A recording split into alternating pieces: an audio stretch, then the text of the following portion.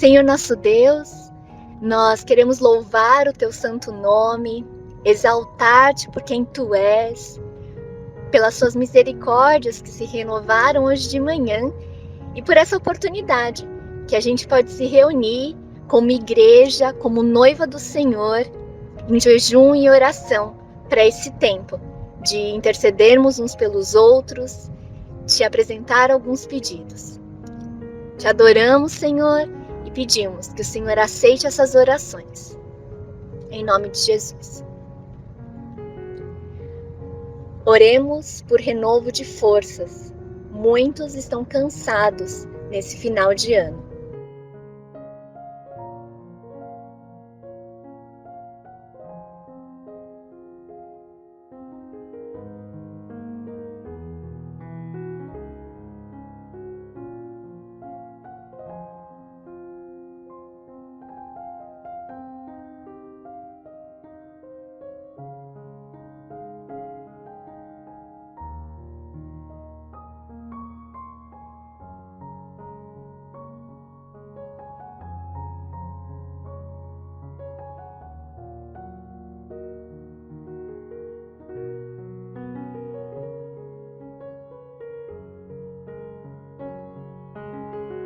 Oramos também por renovo de fé, que a incredulidade, o ceticismo não encontrem brechas nem na nossa mente e nem no nosso coração.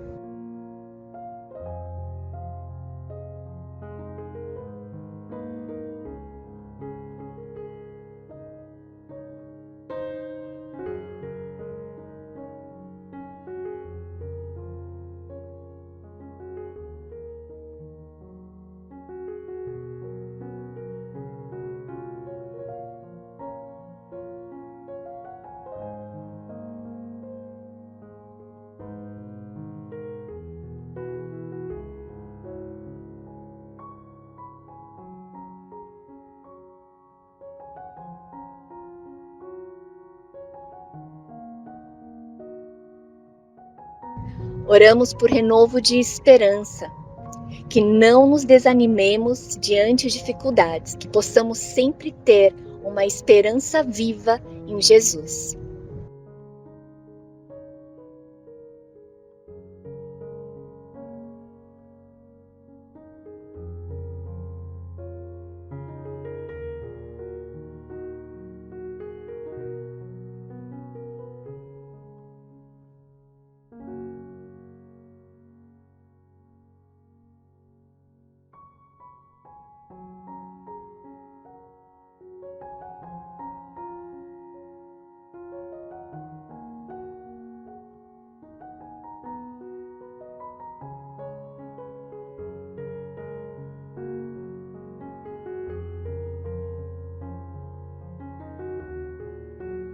Renovo de mente, que possamos descansar sem nos alienar, mas que a gente renove a nossa mente com a tua palavra, Senhor.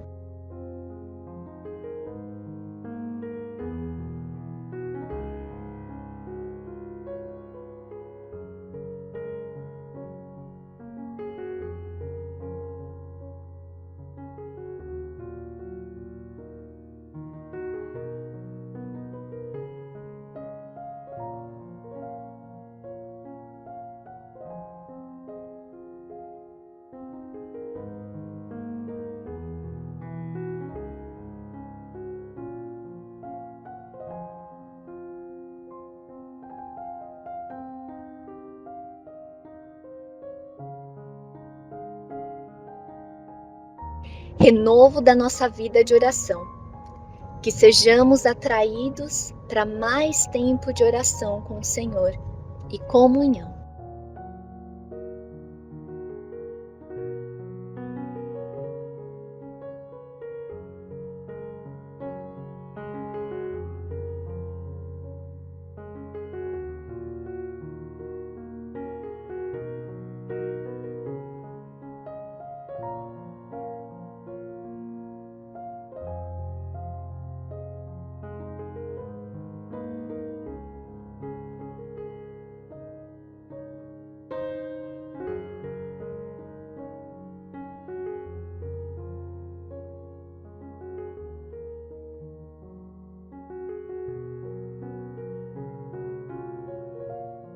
renovo de amizades, que haja mais perdão e mais cuidado em nossos relacionamentos.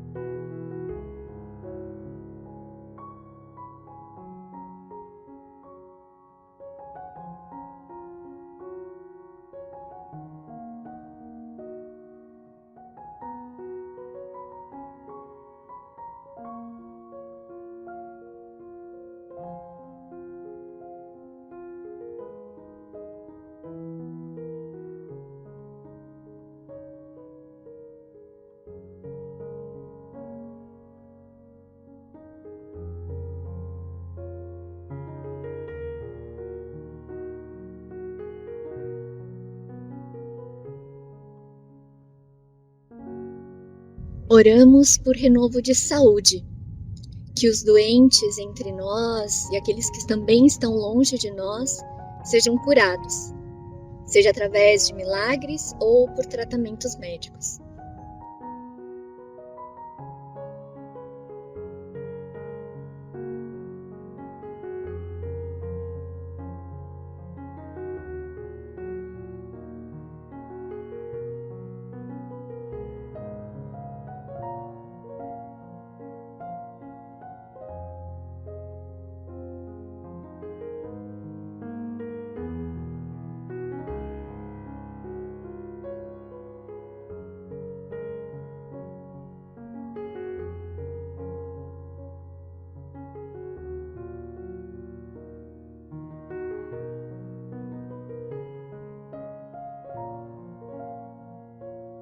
Ore também pela nossa igreja, pela IMEL Sorocaba, pela IMEL São Paulo Sorocaba, pela Igreja Nova Sorocaba, as igrejas também Piedade e AIES.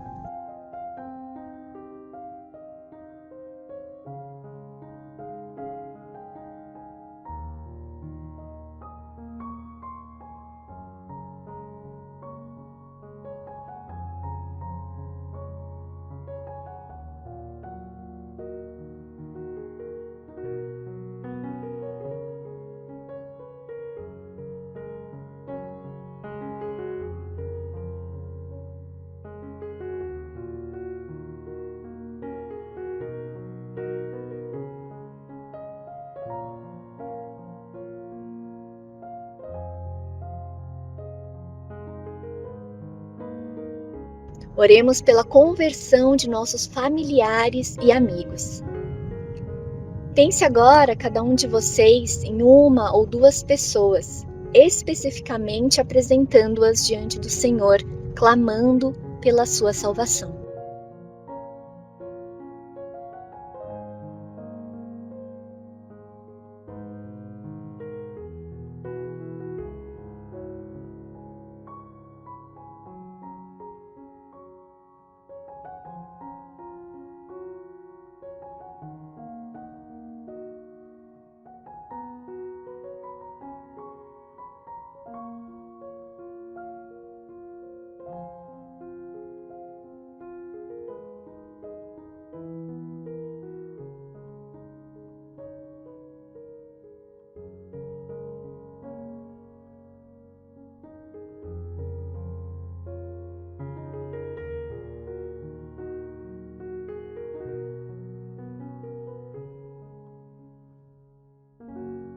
Oremos pelos nossos governantes, por sabedoria, discernimento e justiça de Deus em suas vidas.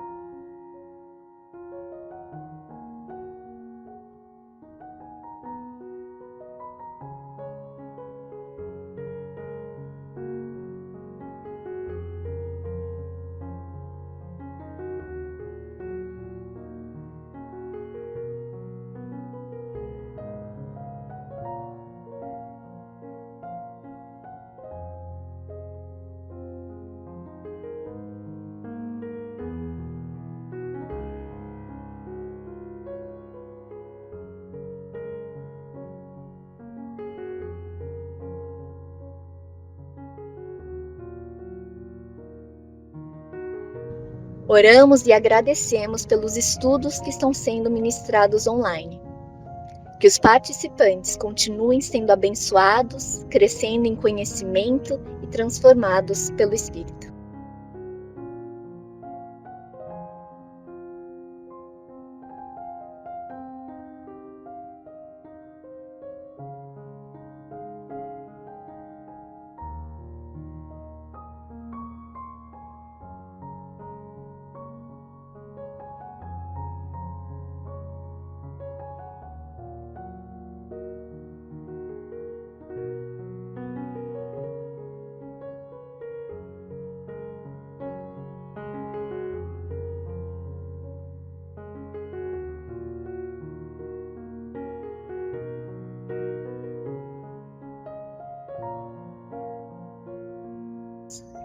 Nós colocamos esses pedidos diante de Ti, mas também entendemos que o Espírito nos ajuda em nossa fraqueza, pois não sabemos como orar, mas é o próprio Espírito que intercede por nós com gemidos inexprimíveis. E aquele que sonda os corações conhece a intenção do Espírito, porque o Espírito intercede pelos santos de acordo com a Tua vontade, ó Senhor. Oremos para que o Deus da esperança nos encha de toda alegria e paz, por sua confiança nele, para que nós transbordemos de esperança pelo poder do Espírito Santo. Em nome de Jesus. Amém.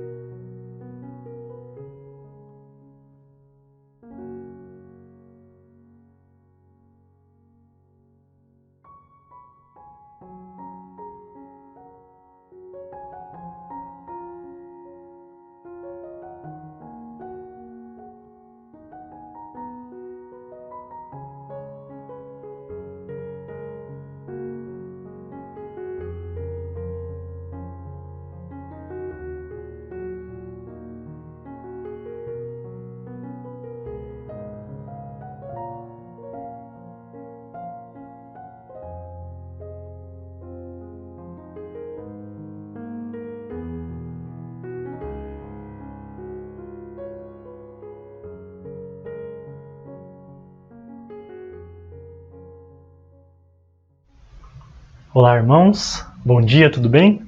Bem-vindos ao nosso culto de hoje. Gostaria de convidá-los a orar comigo nessa manhã para iniciarmos nosso culto ao nosso Deus. Senhor Deus, primeiramente te agradecemos, Deus, porque podemos orar a Ti livremente. Com a tecnologia de hoje, a gente tem maneiras, Deus, de ainda nos mantermos unidos.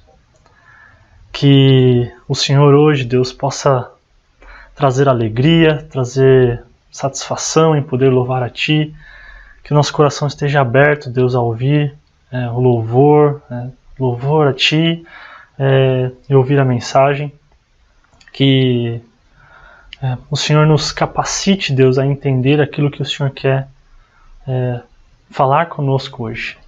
Abra os nossos corações, é o que pedimos em nome de Jesus, amém. Gostaria de ler com os irmãos um trecho da Bíblia, da carta de Paulo aos Filipenses, que é o capítulo 4, do versículo 4 ao 9, que diz assim: Alegrem-se sempre no Senhor. Novamente direi, alegrem-se. Seja a amabilidade de vocês conhecida por todos. Perto está o Senhor. Não andem ansiosos por coisa alguma, mas em tudo, pela oração e súplicas, e com ação de graças, apresentem seus pedidos a Deus. E a paz de Deus, que excede todo o entendimento, guardará os seus corações e as suas mentes em Cristo Jesus. Finalmente, irmãos, tudo o que for verdadeiro, tudo o que for nobre, tudo o que for correto, tudo o que for puro, tudo o que for amável, tudo o que for de boa fama, se houver algo de excelente ou digno de louvor, pensem nessas coisas. E por fim, Paulo diz: tudo o que vocês aprenderam, receberam, ouviram e viram em mim, ponham-no em prática, e o Deus da paz estará com vocês. Se olharmos para Paulo e toda a sua trajetória, quantas coisas boas podemos aprender ainda nos dias de hoje, não é mesmo? Mesmo sendo açoitado, apedrejado, preso, entre muitas outras dificuldades de forma injusta, ele diz: alegre-se sempre no Senhor. E diz: se andarmos com Ele, a paz que excede todo entendimento guardará nossos corações em Cristo. E talvez uma sugestão de prática diária para a gente manter essa alegria sempre viva em nós é pensar quantas bênçãos Deus já fez em nossa vida. Por isso, irmãos, gostaria de iniciar nosso louvor com a música Conta as Bênçãos. Vamos cantar?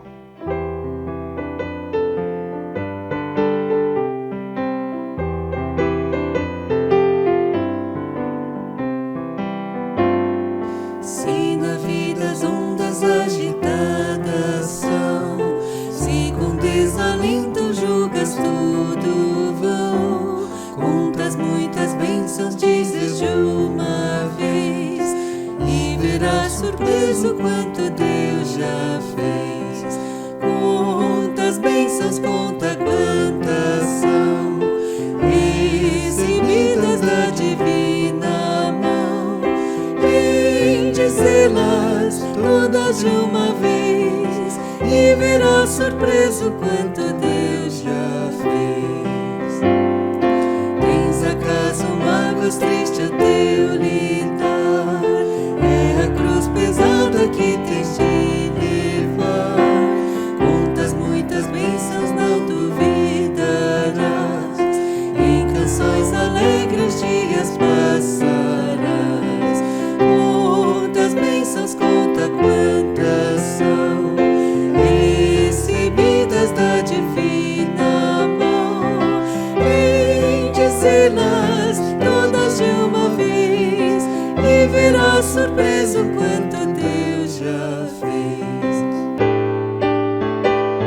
Seja teu conflito fraco ou forte aqui, não te desanimes, Deus controla sim. Seu divino auxílio minorando o mal, te dará consolo e paz celestial.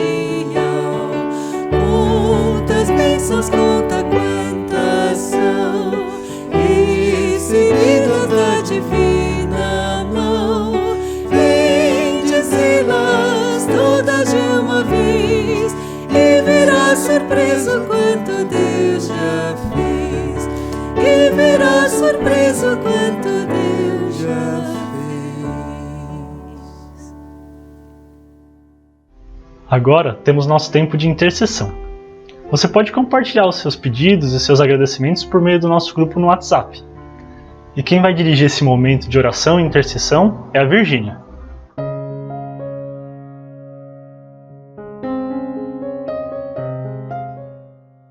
Bom dia, irmãos. A paz do Senhor a todos. Vamos orar? Senhor, nós te damos graças por tantas bênçãos que o Senhor tem derramado sobre a nossa vida, porque nós sabemos que até aqui o Senhor tem estado conosco, ouvindo as nossas orações, abençoando e guardando a nossa vida, nos dando livramentos, nos fazendo sentir que o Senhor cura de nós em todos os momentos da nossa vida. Colocamos os nossos sentimentos de gratidão a Ti, pelo pessoal da AME, no Amazonas, porque o Senhor deu causa favorável em favor ao abrigo da Shekinah. Que a Tua bênção continua sendo derramada, Senhor, sobre esse povo, sobre esses irmãos missionários que estão lá. Nós também, Senhor, colocamos diante de Ti o pedido da Dani, pela sua aluna Maria Luísa, que está com síndrome do pânico. Que o Senhor possa, Pai, agir com misericórdia nesta vida, que ela se sinta amada pelo Senhor, que o Senhor possa usar a vida da Dani como instrumento, Senhor, para levar o seu amor até a vida da Maria Luísa. Que ela possa encontrar, Senhor, em Ti o consolo o refúgio, o amor, o cuidado, tudo aquilo que o Senhor proporciona para aqueles que te buscam.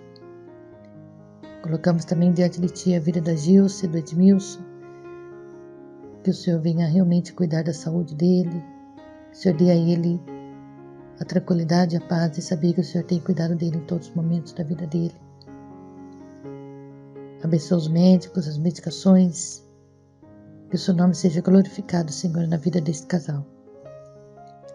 A Rosa também pede pela sua vizinha Luciana, que está com Covid, que o Senhor venha colocar as Tuas mãos sobre esta vida, Senhor, guardando ela de uma piora, que ela possa se sentir abençoada por Ti, Senhor. Cuida de toda a medicação que ela está tomando, que ela consiga fazer um repouso necessário.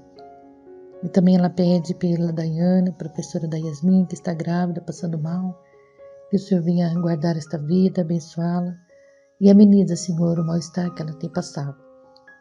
E a Mi também, que pede pela Marina, a recuperação da saúde dela, que o Senhor realmente venha dar a ela um repouso abençoado, que o corpo dela possa ser restaurado e que ela possa glorificar o Teu nome, Senhor. Também colocamos diante de Ti a vida da Evaneide, esposa do pastor Nazareno, missionários na região de Ipu, que eles trabalham lá, Senhor, numa situação precária. Ela está com câncer e o Senhor é o Deus que pode todas as coisas. Pedimos que o Senhor venha tocar no coração, Senhor, dos irmãos que cooperam com eles, para que eles realmente consigam levantar, Senhor, o sustento deles, fazer todos os exames, e que o Senhor também desde já esteja abençoando a cirurgia que ela terá que fazer, Senhor. Olha com misericórdia por os Teus servos, Senhor. Olha por eles, abençoa todos os médicos que estão trabalhando com a nossa irmã Ivaneide, abençoa os exames, abençoa a medicação que ela está tomando, abençoa a vida do pastor Nazareno, que ele se sinta fortalecido pelo Senhor e que o Senhor abençoe o ministério deles lá, Senhor. Trabalhando na periferia com as crianças, com a família dessas crianças também, e que o Seu nome seja glorificado, Senhor, na vida desses irmãos. Tudo isso nós pedimos e também agradecemos, em nome de Jesus. Amém. Com todos os nossos pedidos e agradecimentos, vamos declarar que somente Cristo é o nosso refúgio?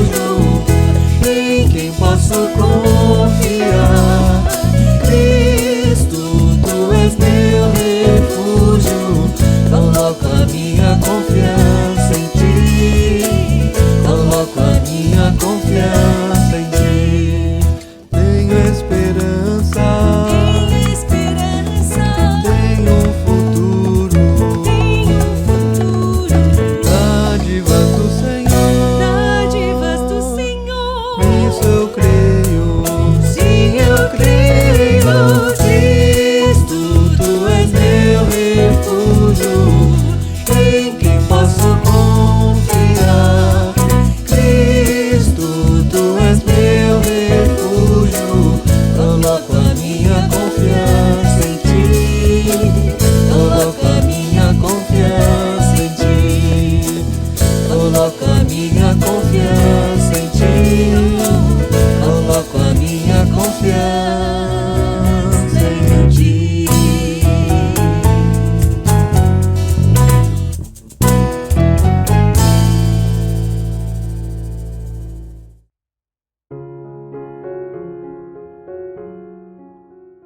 2 Coríntios 9:7 diz: Cada um contribua segundo tiver proposto no coração, não com tristeza ou por necessidade, porque Deus ama quem dá com alegria. Você pode continuar contribuindo com seus dízimos e ofertas mesmo durante o tempo da quarentena, depositando ou transferindo para a conta da igreja. Os tesoureiros estão pedindo para utilizar apenas o Banco Itaú, porque vamos deixar de usar o Banco do Brasil. Você também pode ofertar qualquer valor por meio de cartão de crédito ou boleto bancário utilizando o link ou QR Code. Uma outra opção é agendar um horário e trazer o seu envelope até a igreja.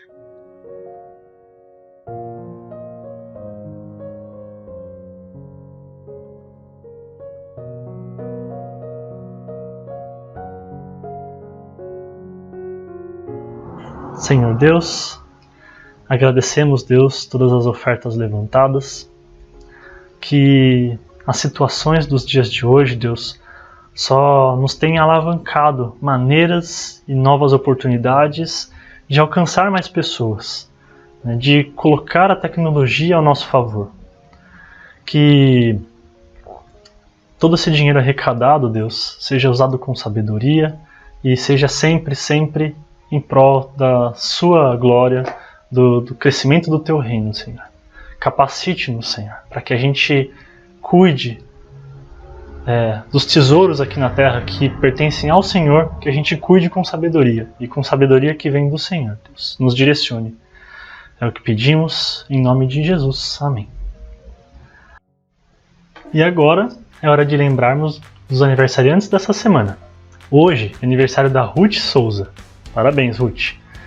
No dia 4 é aniversário da Gisele Chimpo e do Hugo Cunha. Parabéns aos dois também. No dia 5 é aniversário da Sara Sakata. E no dia 6, do Heitor Godoy. No dia 27 do mês passado, foi aniversário da Michele Magalhães. Parabéns para todos vocês, que Deus os abençoe. E se você, assim como a Michele, também não está com o seu nome na lista, mande pra gente e pra gente incluir vocês na lista também. E agora é o nosso momento de abraço. Não esqueça de mandar o seu carinho, o seu abraço, mesmo que virtual, para os nossos amigos, nossa família em Cristo. E a próxima música é Dom de Amar.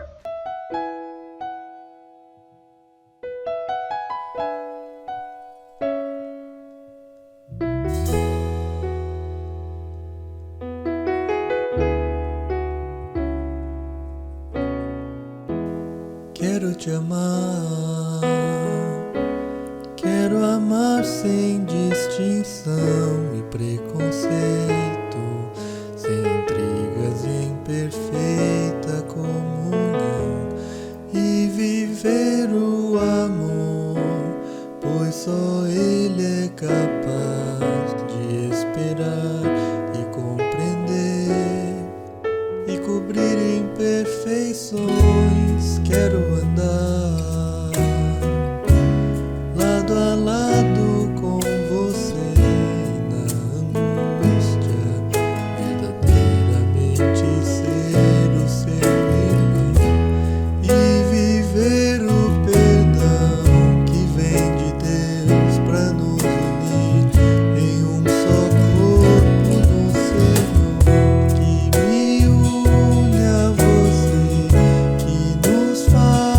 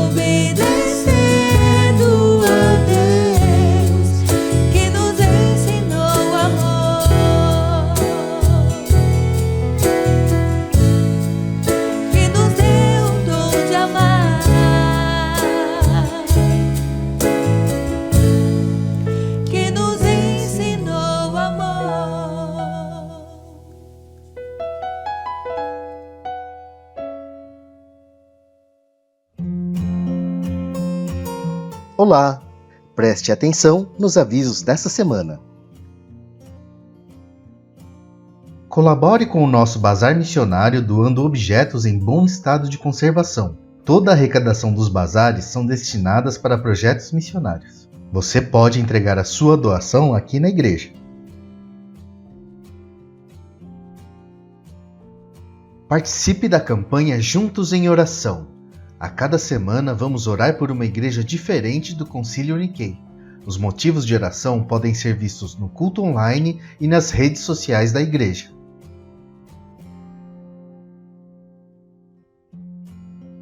Toda terça-feira, às 8 horas da noite, temos um grupo de estudo bíblico online. Se você quer participar, entre em contato conosco pelo nosso WhatsApp. No dia 11 de novembro, teremos uma palestra online com Shigeo Hanada sobre hábitos saudáveis e longevidade. Faça a sua inscrição gratuitamente pelo link ou QR Code.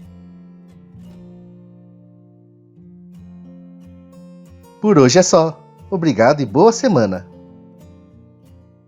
Para finalizarmos o nosso louvor com o coração grato, vamos cantar Jesus em Tua Presença.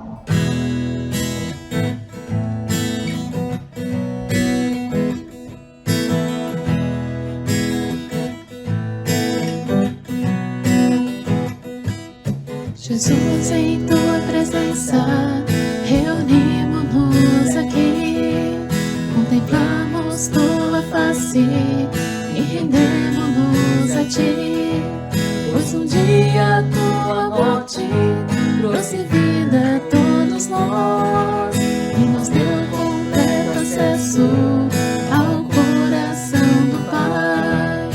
O véu que separava já não separa mais, a luz que outrora apagada agora brilha e cada dia brilha mais, só pra te adorar e fazer teu nome grande e te dar o louvor que é devido. Estamos nós aqui, Jesus, em tua presença, reunimos-nos aqui, contemplamos tua face e rendemos-nos a ti, pois um dia a tua morte trouxe vida a todos nós e nos deu completo acesso ao coração do Pai. O véu que separava já não separa mais, a luz que outrora apagada agora brilha e cada dia brilha mais, só pra te adorar e fazer teu nome grande e te dar o louvor que é devido. Estamos nós aqui,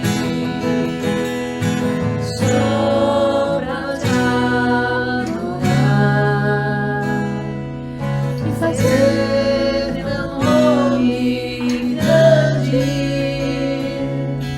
e te dar o louvor que é devido. Estamos nós aqui, estamos nós aqui,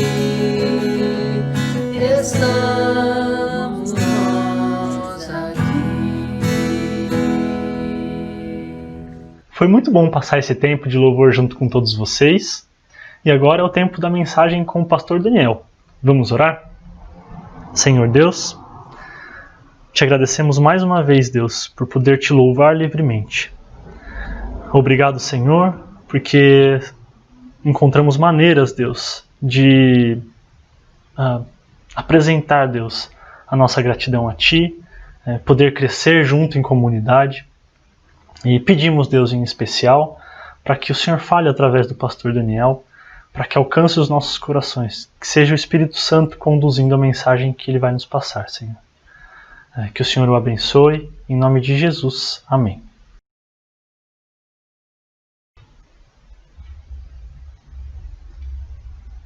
Bom dia, seja bem-vindo ao culto aqui da Igreja de Sorocaba. E a gente vai continuar nesse tema, sobre o cristão e o sofrimento. O que você acha? O cristão sofre? Ou se ele sofre é porque fez coisa errada? Será que é castigo o sofrimento? Será que castigo é uma prova da fé? De alguma forma o sofrimento atinge todas as pessoas em algum momento da vida. Como a gente não costuma pensar muito sobre esse assunto, às vezes é pego de surpresa quando o sofrimento chega na nossa porta. Então eu queria que você prestasse atenção e como o cristão se porta ou quais são as premissas que são a base do cristão para enfrentar o sofrimento. Tá bom? Hoje em dia o pessoal mistura bastante as coisas, né? Ficou um pouco politicamente incorreto você dizer que o pensamento do outro não está certo. Então, a gente já fez um retiro aqui num centro de retiros católico. E lá uma vez eu estava passando e uma freira estava arrumando a fechadura da porta. E ela virou para mim e falou: você sabe que eu acho que na outra vida eu fui marceneira? Na verdade ela estava com uma chave de fenda mexendo em ferro, né? Mas ela falou: acho que foi marceneira na outra vida. Eu fiquei assim, será que eu respondo ou não respondo para ela? Porque ela é uma freira católica, mas está falando de vidas passadas. Isso não é baseado no cristianismo. Isso é outro tipo de doutrina.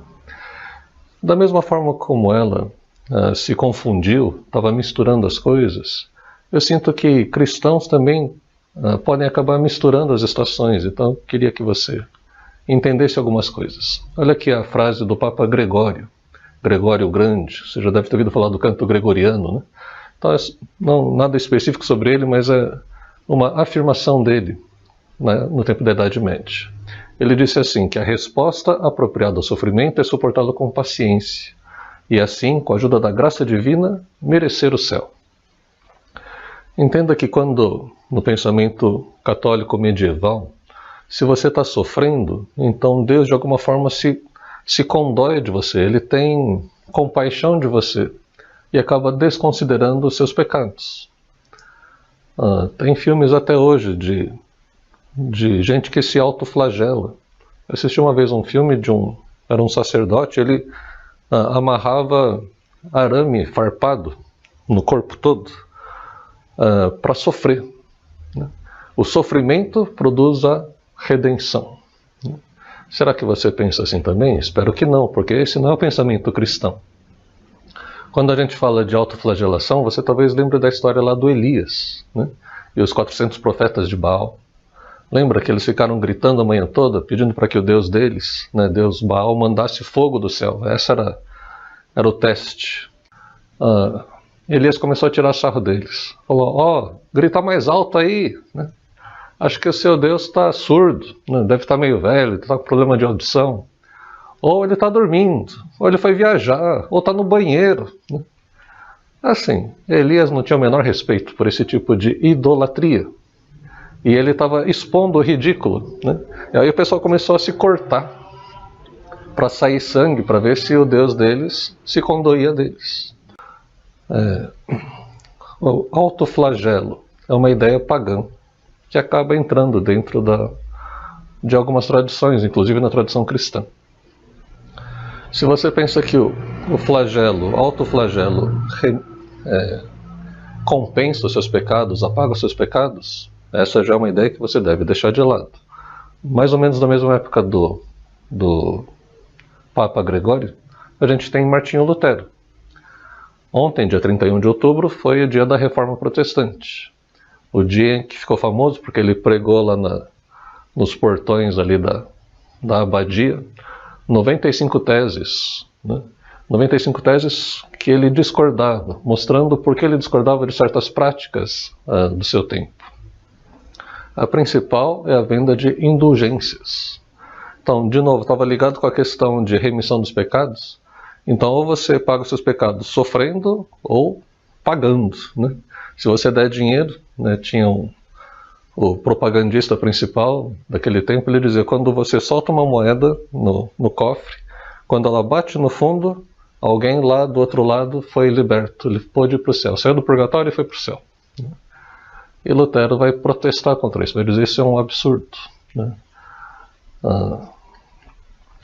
E a frase, uma das frases principais do Lutero é o justo viverá pela fé. Essa é uma frase bíblica, começa lá em Abacuque, capítulo 2, versículo 4, é repetido por Paulo em Romanos 1,17, Gálatas 3,11 e também está em Hebreus 10,38. O que quer dizer que o justo viverá pela fé? É que ele não é salvo pelas suas obras, não é salvo pelo seu merecimento, né? Efésios 2 diz, porque pela graça sois salvos mediante a fé, isso não vem de vós, é dom de Deus, não de obras para que ninguém se glorie, pois somos feitura dele, né? Fomos criados em Cristo Jesus para as boas obras, as quais Deus de antemão preparou para que andássemos nelas. Então, na tradição cristã protestante, pelo menos, né? Se não a tradição cristã toda, pelo menos a tradição cristã protestante, alguém é salvo por Deus pela fé, para depois fazer as boas obras. Então, uma outra crença popular de como você faz para compensar seus pecados, para se expiar dos seus pecados, sofrimento, pagar dinheiro ou fazer boas obras. E quando a gente lê a Bíblia, a gente vê nenhuma dessas coisas serve para tirar o nosso pecado, né? E quando a gente vê que o justo viverá pela fé, né, é um conceito libertador, porque não depende da sua própria performance. Não é que você tem que ir melhorando, né, para gradualmente merecer a sua salvação.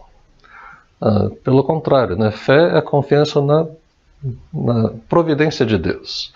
Ele vai trazer a salvação para você. Você precisa ter fé e receber esse presente. Lutero também dizia que o sofrimento tem um papel duplo, né? O primeiro é de esvaziar-nos do nosso próprio orgulho. Quando a gente se depara com sofrimento, a primeira constatação é que a gente não tem controle sobre todas as coisas. Aí não é sua habilidade, não é sua educação, não é o seu dinheiro, não são os seus contatos que vão fazer com que o sofrimento vá embora. A gente perde aquela ilusão de que a gente consegue controlar todas as coisas. E aí ele fala de uma segunda função do sofrimento. Quando você perde tudo, ou quando você perde aquilo que é mais querido para você, ou quando você está no meio de coisas terríveis, a gente não conseguiria passar por essas coisas, não conseguiria vencer essas coisas se não se agarrar a algo mais bonito, algo maior, o próprio Deus. Então a segunda função do sofrimento, além de esvaziar-nos do orgulho, é também conduzir-nos para mais perto de Deus. Eu gosto dessa outra frase do Lutero, porque ele diz que Deus é especialista em fazer as coisas a partir do nada, né? Tem uma frase em latim, ex nihilo, a partir do nada. Criou Deus os céus e a terra. A partir do quê? A partir do nada, né? Então Deus só aceita o desamparado. Ele só vai amparar aquele que está desamparado. Ele só vai curar aquele que sabe que está doente. Não dá para curar aquele que está sadio. Só vai dar visão para o cego. Quem acha que enxerga não vai receber uma visão de Deus, né? Ele só ressuscita o morto, né? Só santifica o pecador, só dá sabedoria ao tolo. Deus só tem misericórdia dos miseráveis, né?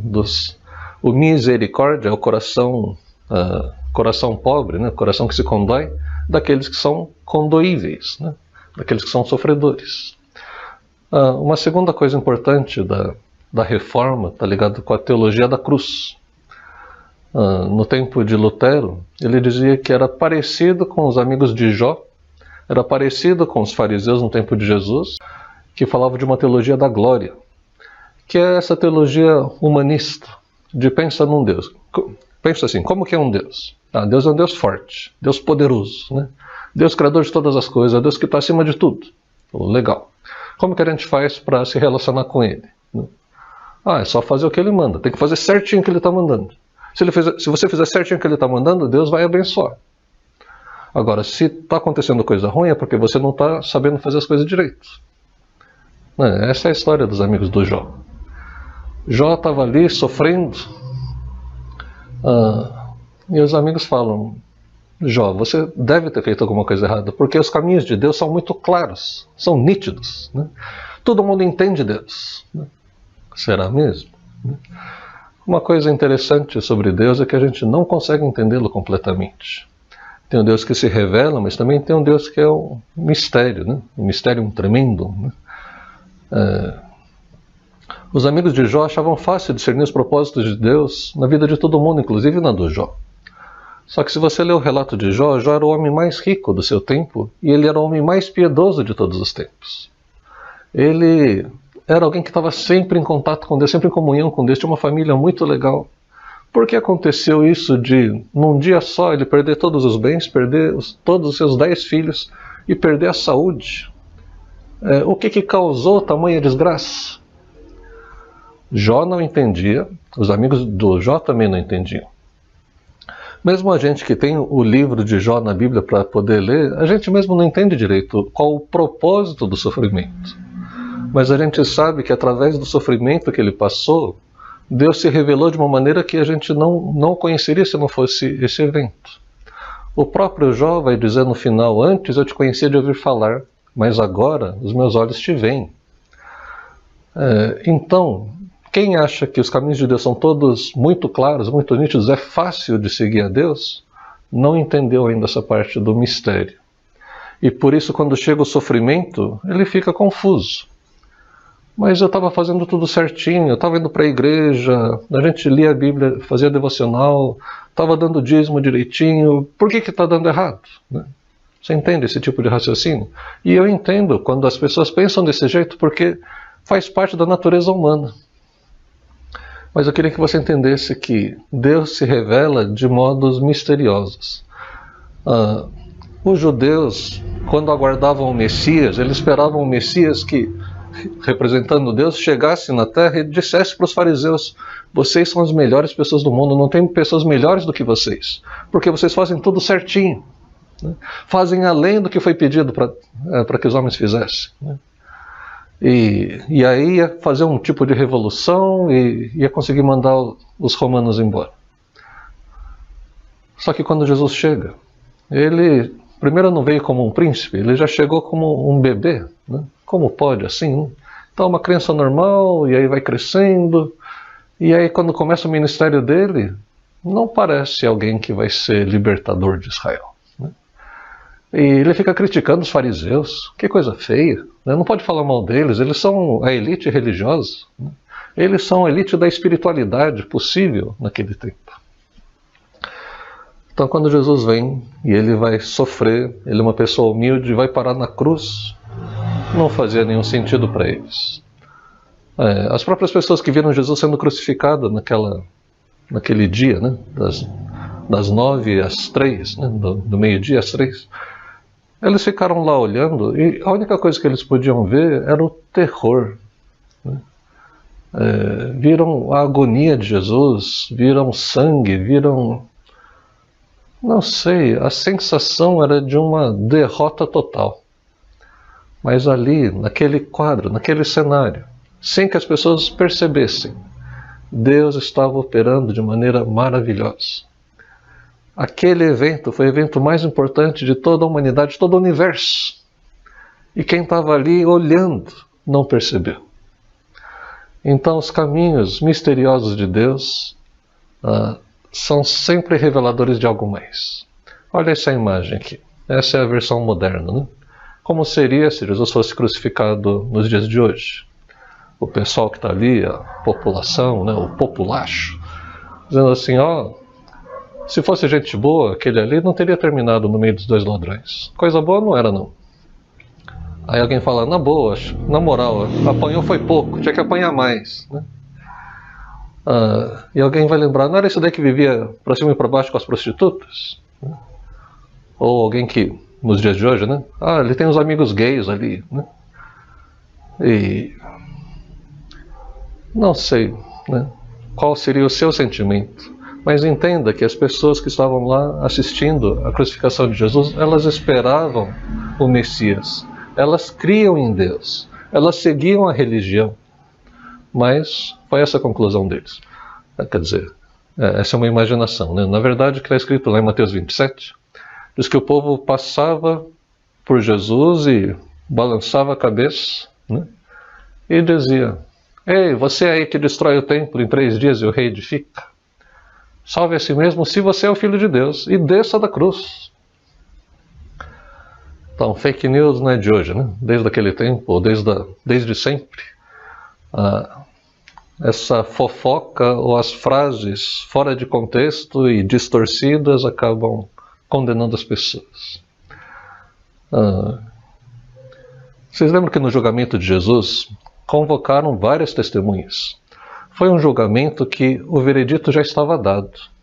O veredito é: Jesus é culpado e ele vai morrer. Agora, como que a gente legaliza esse processo? Então precisa de testemunhas. E aí chamaram várias testemunhas e as histórias não eram coerentes. Tinha 2 ali, mais ou menos, né? Uma que falava que os cristãos eram canibais, né? Bebiam sangue, comiam carne humana, né? E a segunda história era essa daqui. Alguém falou lá no tribunal: a gente ouviu falar que ele vai destruir o templo e reconstruir em 3 dias. A ocasião quando essa frase foi dita, não com essas palavras, né, foi quando Jesus, saindo do templo, falou: vocês estão vendo tudo isso? Destruam esse templo e em 3 dias eu reconstruirei. Alguém até falou: como assim? Em 3 dias? Levou 46 anos para ser feito, como você vai reconstruir em 3 dias? E agora você sabe, lendo a Bíblia, que Jesus não se referia ao templo de pedra, mas ao seu corpo. E não falou que ele ia destruir, né? Mas destruam vocês, que vocês destruam em 3 dias, eu ressuscitarei, né? Ainda disseram assim: salve a si mesmo, se você é o Filho de Deus. Lembra uma outra ocasião em que alguém duvidou? Se você é Filho de Deus, então transforma essas pedras em pães. Se você é Filho de Deus, então se arremessa lá do pináculo do templo, né? Para que as pessoas creiam em você, né? E aqui o povo está dizendo: salve a si mesmo, se você é o Filho de Deus, e desça da cruz. Olha o que os fariseus e os líderes estavam dizendo. Versículo 42, salvou os outros, a si mesmo não pôde salvar. É rei de Israel, que ele desça da cruz, então creremos nele. Jesus é o Salvador, é o que salva os outros, porque ele não salvou a si mesmo.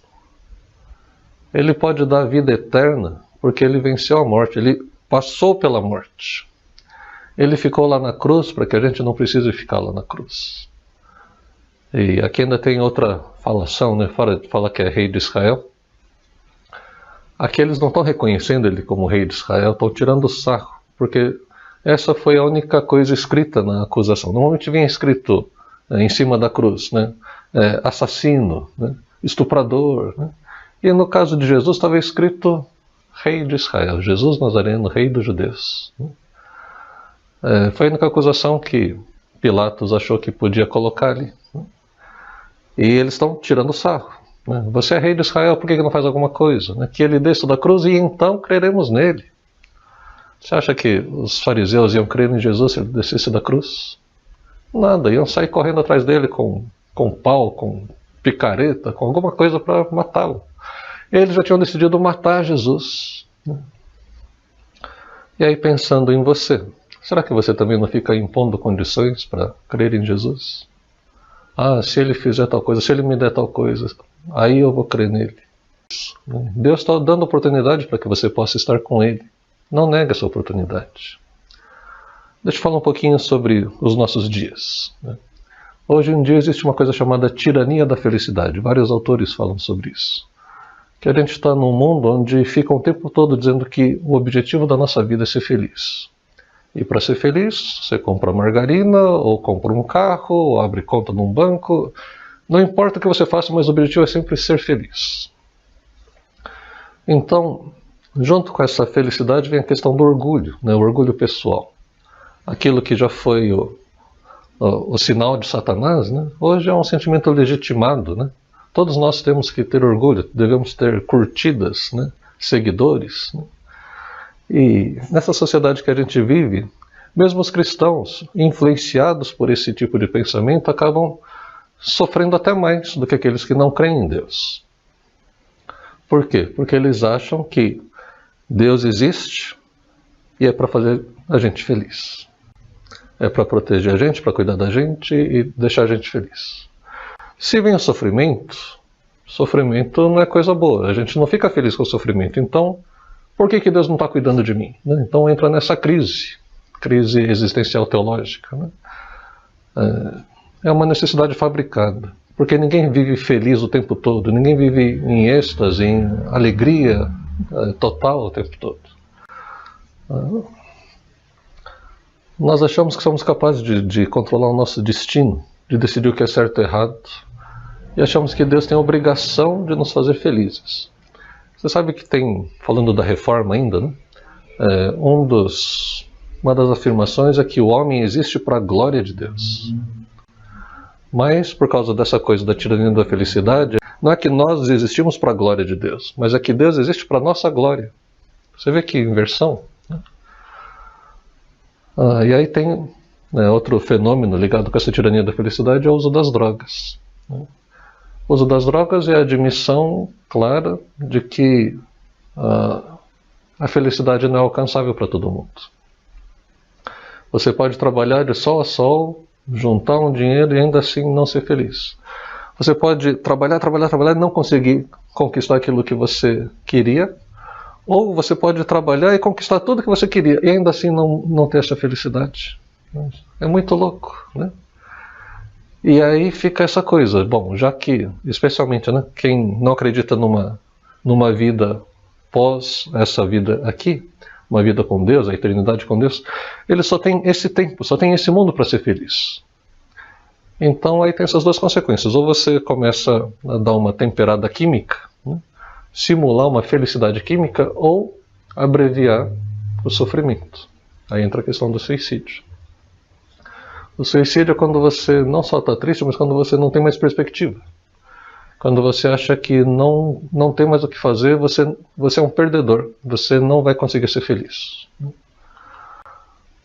Tá, agora vamos falar das crenças cristãs. Aqui você precisa prestar atenção. Né? Então a primeira, vou falar só de 4. A primeira é que Deus é um Deus pessoal. Ele é sábio e é infinito.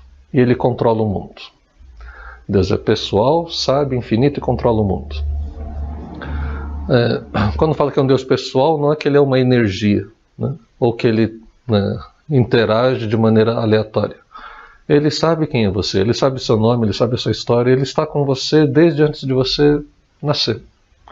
Ele tem acompanhado você, ele te conhece profundamente, sabe seus sentimentos, sabe tudo aquilo que você já passou, sabe tudo aquilo que você está tentando, está se esforçando. E é um Deus sábio. Então alguém que é sábio nem sempre faz as coisas do jeito que a gente espera, mas o resultado é até melhor do que aquilo que a gente teria feito. Ele é muito mais sábio do que eu, do que você. E mais do que isso, ele é infinito. Então se ele é infinito, por mais inteligente, por mais estudado por mais estudo que você tenha sobre Deus, Deus sempre vai ser muito maior. Não tem como a gente conhecer completamente a Deus. Por isso ele tem caminhos que são inescrutáveis, caminhos misteriosos do nosso ponto de vista. E isso é muito melhor do que estar debaixo de deuses impessoais ou de forças das estrelas, ou do destino, ou coisa do tipo. Tem um segundo, crenças cristãs. Em Jesus, Deus veio ao mundo e sofreu conosco e por nós. Essa é uma certeza muito boa, porque é diferente de ter um Deus indiferente, um Deus afastado. E a cruz mostra que apesar do mistério, apesar do inescrutável, Deus está do nosso lado. E aí eu queria que você decorasse, né, esses 2 versículos, Hebreus, capítulo 4, versículos 15 e 16. Porque eu não coloquei o 15 aqui, porque não temos um sumo sacerdote que não possa compadecer-se das nossas fraquezas. Antes, ele foi tentado em todas as coisas, a nossa semelhança, mas sem pecado. E aí leia junto comigo aqui. Acheguemo-nos, portanto, confiadamente junto ao trono da graça, a fim de recebermos misericórdia e acharmos graça para socorro em ocasião oportuna. Vamos ler mais uma vez, todo mundo junto. Acheguemo-nos, portanto, confiadamente junto ao trono da graça, a fim de recebermos misericórdia e acharmos graça para socorro em ocasião oportuna. Esses 2 versículos falam que Jesus não é como qualquer sumo sacerdote. Ele é um sumo sacerdote diferente porque ele sofreu. Então você pode ir para Jesus porque ele entende o seu sofrimento. E por isso ele vai dizer, vamos lá, acheguemos-nos, né? Parece Sorocabano falando, vamos dar uma chegada ali, né? Vamos chegar junto ao trono da graça. Chega junto com confiança, porque você pode receber misericórdia e graça para socorro na ocasião que você precisar. A terceira crença cristã é que por meio da fé em Cristo na cruz temos certeza da salvação. Então, se você passa por sofrimento, não é que Deus está castigando você. Quando a gente falou do karma, né? Se você acredita em reencarnações contínuas e que às vezes você está pagando pecados de 3 vidas atrás, né? Como que você vai recorrer a Deus? Já que é Deus que está infligindo esse castigo por vidas anteriores, né? Para Lutero, ele diz assim, o sofrimento é insuportável, qualquer que seja ele, a menos que a gente possa ter certeza de que Deus está conosco, que Deus está do nosso lado. A fé cristã te dá a certeza de que Deus está com você no meio do sofrimento, não contra você. E a quarta crença, que acho que é a que coroa de maneira sublime essa base para enfrentarmos o sofrimento, é a questão da ressurreição. A ressurreição é a reversão daquilo que é irreversível. A ressurreição é a restauração de todas as coisas. A gente vai ter corpo, um corpo muito melhor que esse, né? Comecei perguntando no começo ali se cristão sofre, né? Cristão fica gordo, cristão pode ter pressão alta, pode ter diabetes, pode ficar careca. Então, essas coisas acontecem, mas lá no céu vai ser diferente, vai ser muito melhor. Vocês lembram do corpo glorificado de Jesus? Era um corpo visível, dava para tocar, não dava para reconhecer de imediato que era Jesus. Mas ele comeu, né? Então era um corpo físico. Mas ao mesmo tempo era um corpo que entrava numa casa que estava toda trancada e de repente ele sumia enquanto estava conversando com algumas pessoas. É um corpo assim, muito melhor do que esse que a gente tem hoje. Não vai mais ter dor nas costas, né? Não tem dor de cabeça, né? Dores no corpo. Lá no céu, todos aqueles que são cristãos, que têm essa fé em Jesus, que entregaram sua vida para Jesus, vão poder reencontrar seus entes queridos que fizeram a mesma coisa. Lá não haverá mais doença, não haverá mais choro, né? Não haverá mais sofrimento. Um psiquiatra chamado Viktor Frankl, ele era judeu de origem austríaca e no tempo da Segunda Guerra ele foi mandado para campo de concentração por ser judeu. Ele e a família toda, os pais, a irmã, outros parentes dele. E ele e a irmã sobreviveram. Todos os outros faleceram. A esposa dele faleceu. Aliás, a esposa dele, antes de ir para o campo de concentração, foi obrigada a abortar pelos soldados nazistas. Então ele enfrentou terrores incríveis, né? No campo de concentração ele via o sofrimento das pessoas, ele mesmo passava por aquilo. E ele ficou admirado de como as pessoas lutavam pela sobrevivência.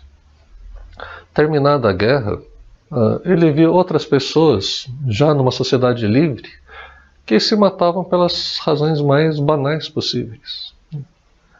E aí ele escreve um livro chamado Em Busca do Sentido, que é a base da logoterapia que ele fundou, né? Ele diz assim que as pessoas precisam buscar um sentido para a vida delas. Se a pessoa não tem um sentido, isso pode acabar com a vida dela, pode acabar com a esperança dela, pode acabar com a expectativa de vida dela. E ele diz assim também, se a sua única motivação para viver é ser feliz, então se entra alguma coisa que tira essa possibilidade da felicidade, então não faz mais sentido viver. Tem a história do Naamã, que vocês conhecem, está lá em 2 Reis, capítulo 5. Naamã foi um general, um comandante de guerra, vitorioso, condecorado, honrado pelo rei, mas leproso. E ficou sabendo através de uma escrava judia, né, que eles tinham pego. E ela falou: se o meu senhor fosse lá para Israel, ele ia saber que existe um Deus que cura. E sem esperança em outro lugar, Naamã resolve ir até Israel, com uma carta do rei da Síria, para ser entregue ao rei de Israel. Levou não só a carta, mas levou ouro, prata e roupas de festa. 350 quilos de prata, né? 72 quilos de ouro. Eu fiz uma conta, porque o ouro está super caro agora, né? Então 1 quilo de ouro, não sei se você sabe, vale quase 350 mil reais. Os 72 quilos valiam 25 milhões de reais. Já a prata é trocadinho, valia só 1,5 milhão de reais, né? 350 quilos de prata. Mas ele levou muito dinheiro, né? Ele era alguém rico, riquíssimo, né? E quando ele vai procurar o rei de Israel fica louco também. Fala, né, ele até rasga a roupa assim, fala: você pensa que eu sou o quê? Você quer provocar uma guerra entre a gente? Né?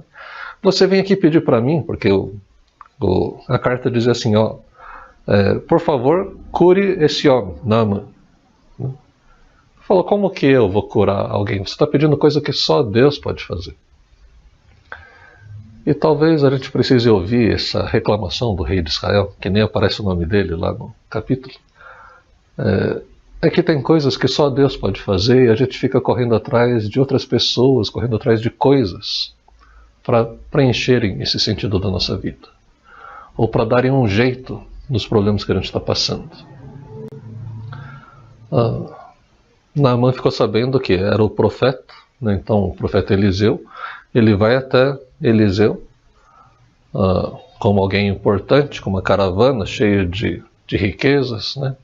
É igual se chegasse, né, não o prefeito, chega um ministro de Estado, né, ministro do governo federal, vem com uma comitiva, e aí bate na porta da sua casa, você fala para seu filho ou para a pessoa que trabalha com você, fala: vai lá atender, né?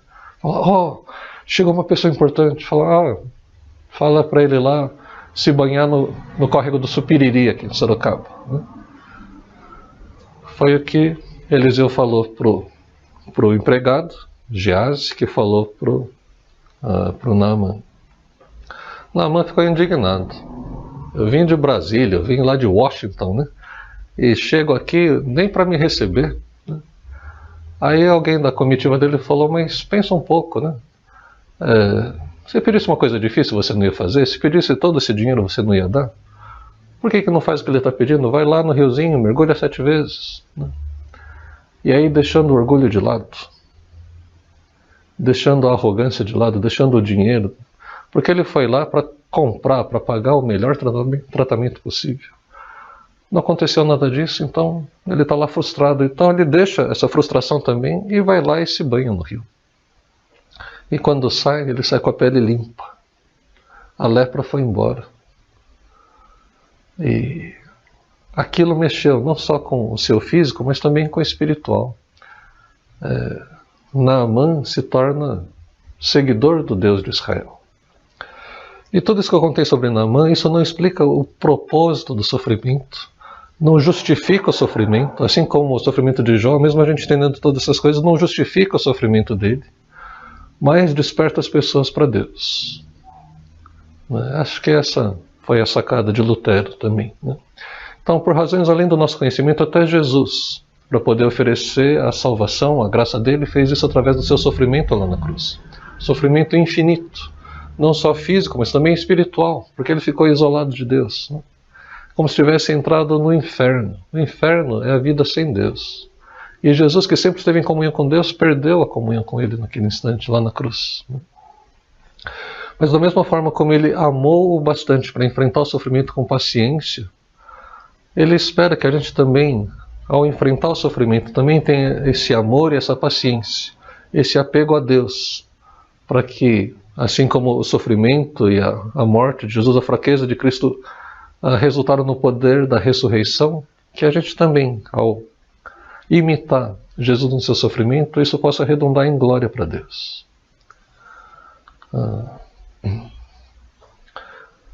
uma última história, né? Josué, sucessor de Moisés, quando já estava ali na Terra Prometida, estava entrando ali no final do livro de Josué, ele vai dizer para o povo, olha, a gente saiu de um lugar cheio de ídolos. Lá tinha ídolos dos seus pais. A gente está entrando numa terra que é cheia de ídolos também. E aí vocês precisam decidir. Eu quero que vocês sirvam a Deus, mas se vocês não servirem a Deus, então vocês escolhem qual dos dois vocês vão servir. Deuses dos seus pais ou os deuses desse mundo moderno. Mas saibam que eu e a minha casa serviremos o Senhor. Quem você vai servir? Os deuses, as crenças, as superstições dos seus pais? Ou os deuses modernos, os deuses da felicidade? Sirva a Deus. Eu e a minha casa serviremos o Senhor. Que essa seja a sua afirmação também. Oremos. Obrigado, Deus, porque o Senhor é um Deus que já providenciou tudo o que a gente precisa para a nossa salvação. Obrigado porque o Senhor nos dá a certeza de que o Senhor está conosco, está a favor de nós. O Senhor nos amou tanto que em Jesus, morrendo lá na cruz, nos permitiu acesso ao Senhor novamente. Então, Deus, a gente não precisa ficar expiando os nossos próprios pecados, porque Jesus já fez isso por todos nós. Mas oramos, Deus, para que, se alguém aqui que está ouvindo ainda não tomou essa decisão de dizer, eu entrego a minha vida para Jesus, não quero mais ficar tentando merecer a minha salvação, mas entendi que a salvação é um presente que a gente recebe por fé. Então, Deus, que essa fé possa ser despertada e essa decisão possa ser tomada hoje. E essa frase possa ser dita com convicção. Eu e a minha casa serviremos o Senhor. Deus, ouve essas orações que estão sendo feitas. Abençoa cada um dos lares. Que a Tua presença possa ser santificadora. E que a gente possa transmitir também essa mensagem para outras pessoas. Muito obrigado por tudo. Oramos em nome de Jesus. Amém.